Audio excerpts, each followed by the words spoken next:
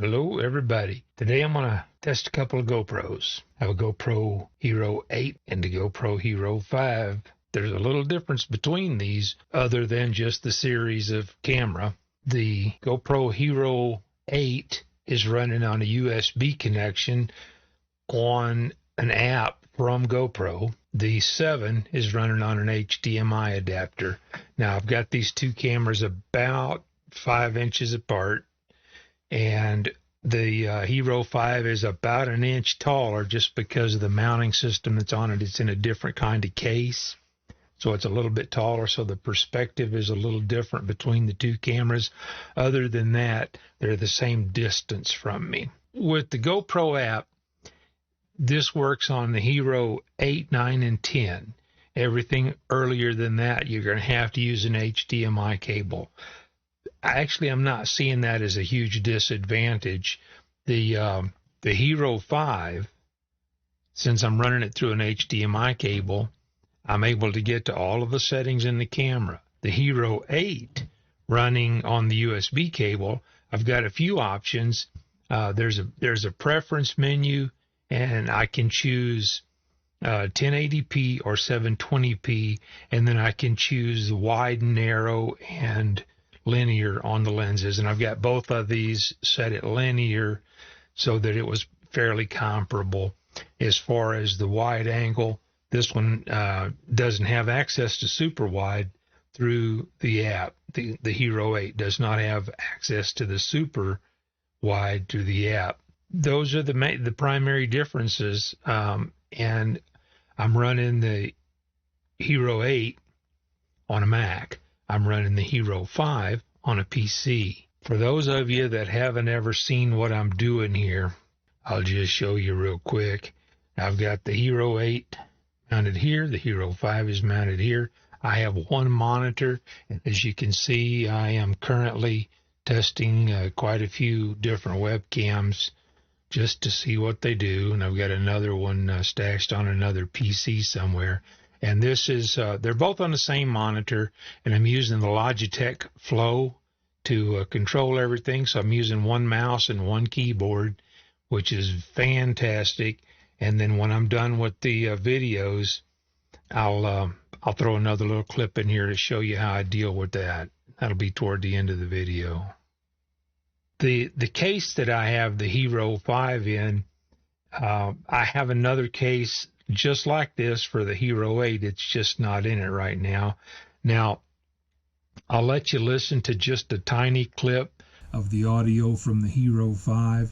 That's another advantage that the Hero 5 has with the HDMI. It passes the audio from the camera, but it's in a case, so it kind of stifles the audio. If I had the factory case and not the one with that accepts these lenses, the audio would definitely sound better. But these are 52 millimeter screw-on lenses. I've got a circular polarizer, and I've got an ND. This is an ND4. And just to kind of show you, that's with the filter on there. I'm just going to screw it on and just holding it in place. And I can put it in front of this one, so you can see that the filters can make a difference on these cameras, especially out in the bright sunshine. For me, the not passing the audio is a bit of a problem. I'm running this on USB, but for $25, you can pick up a little microphone like this. This one is made by ONN. I picked it up at Walmart for $25. And it's a decent little microphone. So if you're just getting started, if you already have a GoPro, I'm not suggesting you go out and buy a GoPro specifically to do videos with. The sky is falling. I'm not suggesting you go out and buy a GoPro specifically to make videos with, but if you already have a GoPro and you're wanting to get started, don't let this hold you back. Use the GoPro. The GoPro app is free if you go with the HDMI route. I've got $20 tied up in HDMI to USB capture card, and I've got about probably $20 less than $20 tied up in the two cables. I'm powering it from a USB-C cable just so I don't have to worry about the batteries going dead, using it as a webcam. And it's got a micro HDMI to standard HDMI going into the HDMI capture card. And again, it's just a $20 capture card. And I've got several different of the $20 capture cards, and I really don't see much difference in any of them. So don't think those are going to be your limiting factor either. I'll show you how I move these to my iPad. Okay, on the Mac, there's my video I just did. And on the PC, there's the video I just did.